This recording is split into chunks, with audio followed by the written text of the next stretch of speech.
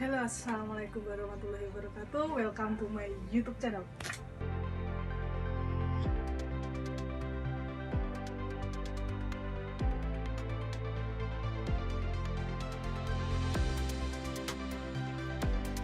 Halo, apa kabar kalian semua para calon pengusaha muda di Indonesia, bisa aja di dunia nih.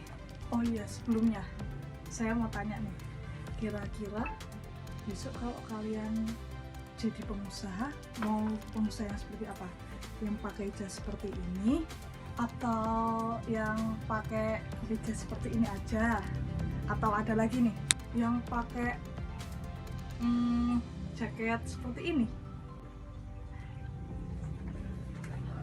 Kalau aku sih lebih ke pengen yang pengusaha seperti ini ya, santai tapi berwibawa dong. Jadi kalau aku sendiri nih, aku ngomongin, aku lebih suka pengusaha yang seperti ini, yang pakai kaos santai, tapi kita masih tahu tuh penempatan, kita harus profesional di mana, kita harus bersikap bijak di mana, kita harus bercanda di mana. Nah, itu calon pengusaha yang bisa menempatkan di mana kita sedang ada di posisi apa kita sekarang, seperti itu. Sebelumnya perkenalkan, kan kalau nggak kenal maka nggak sayang, bener nggak? Jadi perkenalkan, nama saya ada di sini. Nama saya Anindya Adelia Damayanti. Ini saya ada di sini ya. Jadi kita membahas apa yuk? Apa ya? Kita akan membahas bisnis yang saya lakukan sekarang apa sih? Mau denger nggak? Ya pada nggak bisa jawab nih, dengerin aja ya, stay tune di sini, oke? Oh iya, aku mau tanya nih sebelumnya, dijawab dalam hati ya. Sebenarnya kalian punya nggak cita-cita ingin menjadi pebisnis yang seperti apa? Ingin yang biasa aja atau ingin yang sukses? Pasti kan semua pengen menjadi pengusaha yang sukses, bener nggak? Soalnya aku juga kayak gitu. Kenapa sih kita harus memiliki impian? Kita harus mempunyai keinginan. Kita tuh mau jadi apa sih? Iya nggak?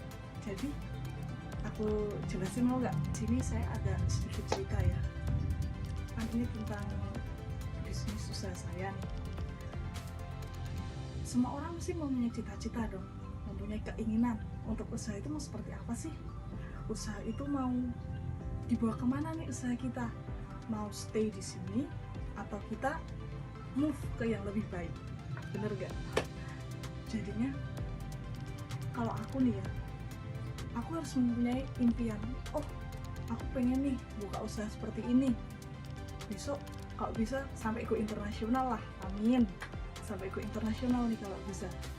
Tapi kan semua perlu step by step nih.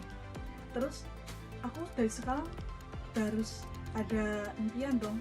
Sebenarnya telat kalau dari sekarang, maksudnya dari dulu aku pengen usaha seperti ini dan seperti ini.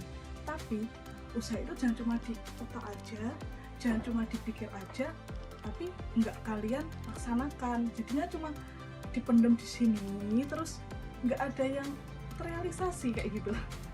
Iya nggak sih? Jadinya kalau aku sih, aku pengen jadi apa sih? Usahaku pengen kayak gimana sih?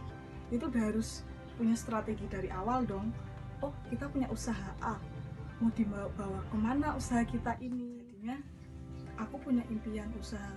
Sebenarnya ya, dari dulu aku tuh ingin membuka usaha, mengurangi pengangguran di Indonesia. Kan banyak sekarang pengangguran di Indonesia, apalagi zaman-zamannya pandemi seperti ini, COVID. Ya enggak, banyak sekali yang di PHK, ya ampun, kasihan banget ya. Jadinya cita-citaku sebenarnya adalah pengen mempunyai usaha yang waktunya itu fleksibel. Jadinya waktunya kita sendiri yang ngatur. Kayak apa contohnya? Gojek itu kan kalau kalian ingin mempunyai penghasilan yang banyak, ingin mempunyai penghasilan yang besar, mau nggak mau kalian sendiri dong yang harus bekerja keras. Tapi di satu sisi sekarang saya alhamdulillah udah ada usaha seperti minuman minuman boba, tahu minuman kekinian? Yes, itu sekarang saya sudah ada usaha minuman seperti itu. Terus apa sih sebenarnya impian saya di usaha saya saat ini? Saya tuh ingin sekali membuka cabang di mana-mana. Cabang, puluhan cabang. Untuk apa sih? Yang pertama, mestinya saya akan merasa bangga di situ, membanggakan kedua orang tua saya. Oh, bahwa anaknya bisa punya impian yang itu tuh impiannya bermanfaat. Contohnya, saya bisa mengurangi pengangguran, saya bisa merekrut banyak orang, dan saya bisa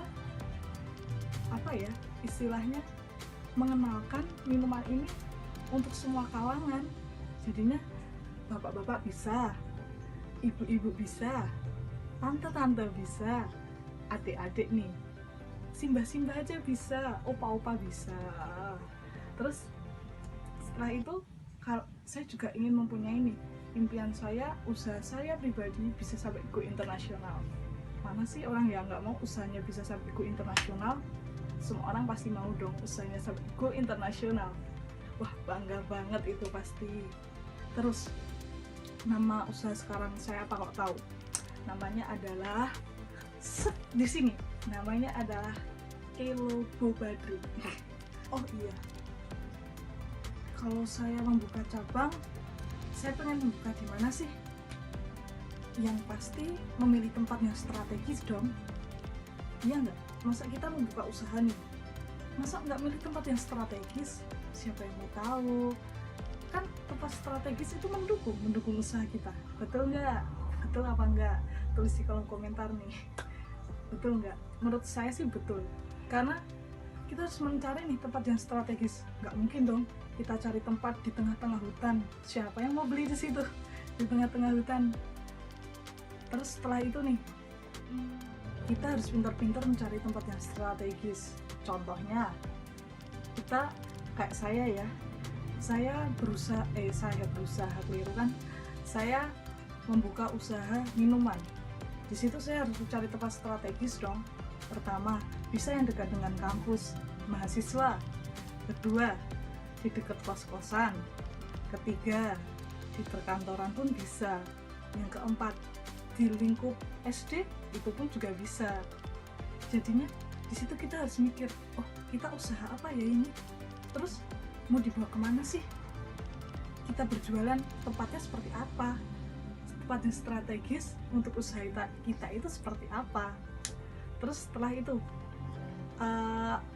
target saya untuk mempromosikan usaha saya itu ke siapa? Kan kalau minuman fleksibel ya, minuman itu bisa ke tua sampai muda atau muda sampai tua sama aja ya, bisa seperti itu. Jadinya saya bisa mempromosikan target market saya ke siapa sih? Ke anak SD bisa, ke ibu rumah tangga bisa, ke mahasiswa bisa, ke perkantoran pun bisa, siapa aja bisa. Karena minuman boba drink itu siapa saja bisa mengkonsumsi, bener tidak? Pasti bener aja deh. Oke, jadi di satu sisi kita harus paham nih, target kita siapa sih? Jangan sampai nih kita salah target, kita jual A, terus kita promosiinnya ke D.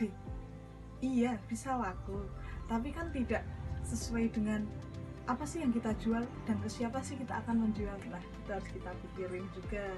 Terus, nah setelah itu kan saya punya cita-cita nih untuk mengembangkan usaha saya sebesar mungkin, yang mempunyai ribuan cabang, puluhan, ribuan, bahkan ratusan jutaan, bahkan orang sampai internasional, ya enggak? Amin ya Allah. Nah di situ kan kita harus punya nih struktur organisasinya, ya enggak? Kita harus mempunyai manajemennya itu seperti apa. Setelah itu yang bagian waitersnya seperti apa, yang bagian nanti ini ya kamu yang bagian mengelola keuangan, kamu bagian manajemennya, yang kamu bagian nanti di pasarannya ya, kamu bagian promosi, kamu promosi ke media sosial dan sebagainya. Itu juga harus kita pikirkan. Jadi enggak hanya kita membuka usaha nih, udah asal buka usaha aja. Lebih terinci jika kita mempunyai suatu organisasi itu. Jadinya kalau usaha saya udah besar nih, udah kok internasional, ya ampun, semoga aja ya. Saya ingin mempunyai banyak sekali karyawan dong mestinya, karena kan ingin mengurangi pengangguran. Jadinya saya harus membuat, oh kamu bagian pemasaran ya, kamu mempromosikan nih minuman boba drink seperti ini. Nah, kamu mempromosikan ke pasaran. Oh iya, ada tambahan lagi nih untuk organisasinya. Jadi kayak minuman nih, kita harus tahu siapa sih yang bagian mengecek barang, masih nggak produk yang kita jual. Contoh nih, kita jual minuman rasa green tea. Nah, nanti ada yang ngecek, oh green tea-nya masih enggak. Jadinya kita membuat organisasi, yaitu tadi, biar terstruktur dong apa yang kita inginkan semuanya. Jadi nggak kayak amburadul gitu. Next yang keberapa ya? Lupa nih yang keberapa. Kita harus mempunyai visi dan misi. Apa itu visi dan apa itu misi? Apa sih visi? Adalah media menciptakan standar kerja yang baik. Jadi kalau di visi itu cenderung lebih singkat, padat, dan jelas. Sedangkan untuk misi adalah pedoman dan tujuan untuk membangun suatu organisasi itu. Dan kalau di misi itu waktunya relatif, dan juga kalau di misi itu dia lebih banyak komponennya dibandingkan di visi tadi. Jadi paham kan sampai sini apa itu visi dan apa itu misi? Oke, selain kita mempunyai visi dan misi tadi, tentu kita harus mempunyai apa? S, W, O, dan satu lagi apa yuk? T. Tahu kan analisis SWOT tadi? Yang pertama adalah strength, kekuatan. Jadi di suatu usaha saya ya ini, saya harus mempunyai kekuatan dong. Kekuatan apa? Kekuatan untuk saya bisa bersaing dengan di luar sana. Kekuatan yang pertama, SDM. Saya harus mempunyai sumber daya manusia yang baik, sumber daya manusia yang memang bisa lebih mengembangkan usaha saya. Setelah itu kekuatan saya untuk berbisnis dengan saingan yang lain. Terus selanjutnya adalah W apa? Ada witness. Witness itu apa ya? Tahu nggak? Witness adalah kelemahan. Di situ kita harus tahu kelemahan usaha kita apa. Jadinya kayak saya nih. Oke. Yang terakhir adalah apa? Ancaman. Ancaman apa nih? Ya ancaman dalam kita berbisnis dong, ancaman usaha. Terus ancaman di usaha saya pribadi apa ya? Kita harus tahu dong. Ya kayak saya tadi sudah saya jelaskan, saya terjun di bisnis boba. Nah di situ ancamannya pasti banyak dong. Yang pertama, banyak banget tuh saingannya. Sekarang di setiap kota pasti ada dong minuman boba, minuman kekinian, itu pasti ada. Dan ya ampun, saingannya banyak banget. Dan di situ saya harus putar otak dong, mau gimana nih? Masa saya harus kalah saing? Saya harus gulung tikar? Aduh, masa iya sih? Enggak lah, enggak boleh berpikiran negatif seperti itu. Kita harus bangkit. Ketika ancaman itu datang, kita harus pintar-pintar bagaimana untuk menangani ancaman tersebut. Ada pembisnis baru datang, baru terjun dia. Nah ternyata pembisnis ini mempunyai dana yang besar, dan pembisnis ini membuka dong membuka seperti usaha sama dengan saya minuman kekinian, akan tetapi dia tempatnya lebih bagus, akan tetapi dia tempatnya lebih strategis, dia free wifi. Oke, selanjutnya adalah informasikan pesaing di lingkungan bisnis. Jadi kan kita punya pesaing tuh, iya nggak? Kan semua usaha pasti ada pesaingnya. Kayak saya nih, minuman boba drink, wah banyak banget itu pesaingnya, ya ampun, banyak banget. Contoh aja ya di sini, ada suatu apa ya istilahnya, kayak ya kayak minuman gitu, A sebut aja ya, A. Si A nih dia tuh mempunyai tempat yang strategis. Nah sedangkan tempat saya itu juga sama-sama strategis. Jadi dua tempat ini sama-sama strategis tuh. Tapi kelemahannya di tempat saya apa? Pertama, nggak ada wifi. Kedua, nggak bisa buat tempat nongkrong karena cuma take away aja. Sedangkan yang si tempat pesaing ini dia bisa tempat nongkrong, ada wifi-nya. Itu kelebihan dari pesaing saya. Sedangkan kelebihan saya apa? Kalau kelebihan saya adalah harganya lebih ekonomis. Terus yang kedua, yang jelas ada bonus-bonusnya dong, secara menarik para pelanggan. Gimana pun kita harus, wah pelanggan itu adalah raja pokoknya. Kalau nggak ada yang beli, terus kita mau balik modal gimana dong? Jadi memang kita harus mengetahui nih saingan-saingan kita di luar siapa sih, kelebihan dia apa, kekurangan dia apa. Jadi kita jangan tutup mata dong, kita jangan tutup mata, nggak mau melihat pesaing kita siapa. Jangan seperti itu. Kalau kita seperti itu, kita nggak bisa mengevaluasi usaha kita. Oh, kita kurang ini, kita harus seperti ini. Kita memperbaiki dulu, memperbaiki dari kesalahan para pembisnis yang lain. Sebenarnya mudahnya seperti itu. Jadi jangan seakan-akan kalian tutup mata, nggak mau ngelihat yang itu. Oh, itu jadiin motivasi buat kalian. Seandainya nih, wah usahaku sendiri, usaha bobaku masih kecil, aku pengen nih suatu saat siapa tahu boba tiba-tiba jadi Starbucks, mana ada yang tahu, kan nggak ada yang tahu. Berangan-angan lah, bermimpi-mimpi setinggi mungkin, setinggi langit. Kalau jatuh nanti akan jatuh di ribuan bintang. Jadinya nggak apa-apa kalian berangan-angan, berandai-andai. Yang penting ada niat usahanya, dan jangan lupa berdoa. Pasti semua nanti akan ada jalannya. Pokoknya kita jangan seakan-akan wah usaha kita udah paling bagus nih, oh jangan kayak gitu, masih ada di luar sana yang lebih bagus. Itu akan menjadi pemicu semangat untuk kita. Semangat untuk apa? Ya semangat lebih bangkit lagi, semangat untuk lebih maju lagi, meningkatkan usaha kita. Oke, next, lanjut. Sekarang ada backgrounding supplier, yaitu apa? Pertama, kita harus nentuin nih supplier kita siapa. Kita harus lihat dong supplier yang cocok dengan bisnis kita, bisnis saya juga dong, bisnis saya. Saya juga harus nentuin, oh bahan baku ini saya beli di A, supplier si A, si B, dan si C. Di situ kita harus ada pertimbangan, yang A, B, atau C. Pertimbangannya bisa aja kita mempertimbangkan harga di situ, mempertimbangkan kualitas, mempertimbangkan segala yang berhubungan dengan bisnis tersebut. Jadinya jangan asal milih, milih yang ini aja lah, milih itu aja lah. Kita harus membandingkan satu dengan yang lain. Jadi jangan asal kayak mukul supplierku ini, supplierku itu. Jadi kita harus membandingkan, kita harus mencari yang memang itu pas dengan bisnis apa yang kita jalankan. Kayak saya, bisnis boba, berarti saya harus mencari dong supplier yang tepat untuk boba itu seperti apa. Yang kedua, jangan bergantung pada satu supplier. Karena apa? Ketika kita bergantung pada satu supplier, ternyata supplier tersebut menaikkan harga nih. Nah kita kan juga kewalahan di prakteknya.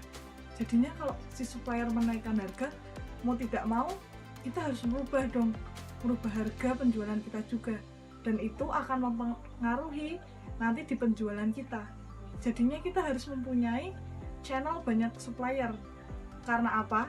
Jika kita mempunyai banyak channel supplier, jika si A meningkatkan harga, nanti bisa kita pindah si B. Kita bandingkan harga antara si A dan si B. Kita bandingkan kualitas antara si A dan si B. Dan seperti itu sebaliknya. Selanjutnya, kita bisa ganti bahan baku yang mirip dengan bahan kita sebelumnya. Jadinya ketika kita ternyata bahan itu habis nih, nah kita gantikan ke yang lain. Contohnya kayak saya, di situ kan saya menjualan minuman. Nah ternyata coklat yang kebetulan habis. Di situ saya ganti dong. Pertamanya seandainya coklatnya itu soft, nah gimana nih cara gantinya? Nggak mungkin dong kalau kosong. Ketika kita tidak ada barang dan pelanggan itu tanya, oh maaf mbak kosong, secara tidak langsung kita membuat pelanggan kita kecewa. Di situ kita ganti coklatnya dengan coklat yang agak pahit, akan tetapi kita tambahin dengan susu atau gula, jadinya rasanya hampir sama dengan coklat yang soft ini, yang ternyata stoknya itu kebetulan habis. Jadi gimana pun kita harus bisa juga ketika barang itu ternyata tidak ada stoknya, dan disitu kita harus bisa mikir dong, wah diganti apa nih, seperti apa nih. Yang penting kita tahu, maksudnya tahu tuh dalam arti apa sih bahan baku yang harus kita ganti. Jika ini tidak ada, kita harus paham di situ. Selanjutnya, bagaimana menjalankan bisnis tersebut? Bagaimana ya menjalankannya? Itu yang dipertanyakan. Kita udah mikir di sini, udah punya pikiran, dan cara kita praktek di lapangannya seperti apa. Kalau saya nih, saya cerita di diri saya. Saya dulu hanya berangan-angan saja. Pengen punya usaha A, pengen punya usaha B. Tapi ternyata, wah, caranya untuk prakteknya tuh susah banget. Yang pertama nih, harus niat dulu. Kita harus niat kita yakin bahwa kita mau memulai usaha tersebut. Karena seorang pengusaha harus pede dong. Setelah itu pede. Kalau kalian udah niat tapi kalian nggak pede untuk prakteknya, gimana masa pengusaha nggak pede sih? Kita harus pede untuk agar usaha kita bisa berkembang, usaha kita bisa memulai usaha, kita harus pede. Masa mau mempromosikan kita nggak pede, gimana mau maju dong kalau seperti itu? Masalah dana itu nanti bisa menyusul. Yang penting kita niat, yakin kita mau punya kemauan. Setelah itu bagaimana menjalankan usaha tersebut? Ketika kita sudah memulai usaha, pertama dari sebelum kita memulai usaha, kita mempunyai niat dulu. Niat bahwa kita mau menjadi pengusaha, niat bahwa kita mau memulai suatu usaha itu tersebut. Niat. Yang kedua, kita tanamin dulu dalam diri hati kita, oh kita yakin nih kita bakal buka usaha ini. Bagaimana sih kita menjalankan bisnis tersebut? Pertama, minta dukungan kepada keluarga dulu. Pokoknya dukungan kepada keluarga dulu. Minta izin kepada keluarga. Setelah itu, jauhkan pikiran kita dari pikiran negatif. Pikiran yang berpikiran, wah usaha kita nggak bakal berhasil nih, usaha kita nggak bakal maju, usaha kita bakal kalah saing. Oh no, pengusaha tidak boleh mempunyai pemikiran seperti itu. Maksud saya, tidak boleh mempunyai pemikiran seperti itu. Kita harus mempunyai pemikiran yang optimis, kita harus mempunyai pemikiran yang membuat kita maju ke depan, membuat kita lebih bangkit. Setelah itu, kita tentukan kapan kita memulai usaha tersebut. Kita tentukan tuh, wah saya mau memulai besok. Ya udah, jangan ragu-ragu, tentukan dulu, tentukan kapan waktu yang tepat untuk memulai usaha itu. Yakinkan dari diri kita sendiri bahwa kita harus berani memulai usaha tersebut. Kita harus berani untuk memulai suatu hal yang baru di hidup kita. Jangan takut untuk gagal suatu pengusaha. Gagal nggak apa-apa, karena itu akan membuat kita lebih maju lagi. Jangan takut dengan kata-kata gagal. Hilangkan kata negatif, hilangkan pemikiran negatif di suatu pengusaha tersebut. Yang terakhir nih, usaha saya masuk ke blue atau red ya. Jadi strategi usaha saya masuk ke red ocean strategi. Karena apa? Ya minuman, boba drink itu saingannya sudah banyak. Kita mempunyai saingan yang banyak dan kita cenderung pertama kalinya dengan modal yang tidak terlalu besar, karena kan sudah ada tuh sebelumnya, kita tinggal nyontoh dari yang sudah pertama dulu.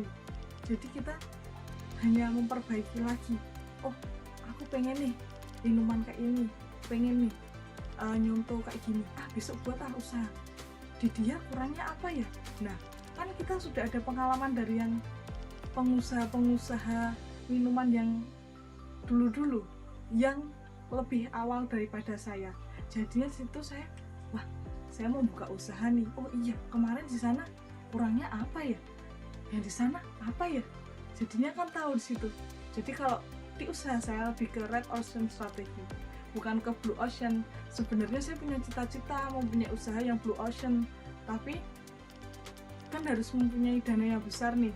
Ya nabung dulu nih dari yang red ocean, nabung dulu. Siapa tahu nanti bisa ke blue, kan mana ada yang tahu. Tapi kalau untuk usaha saya saat ini adalah masuknya ke red ocean strategi. Oke, sebelumnya terima kasih.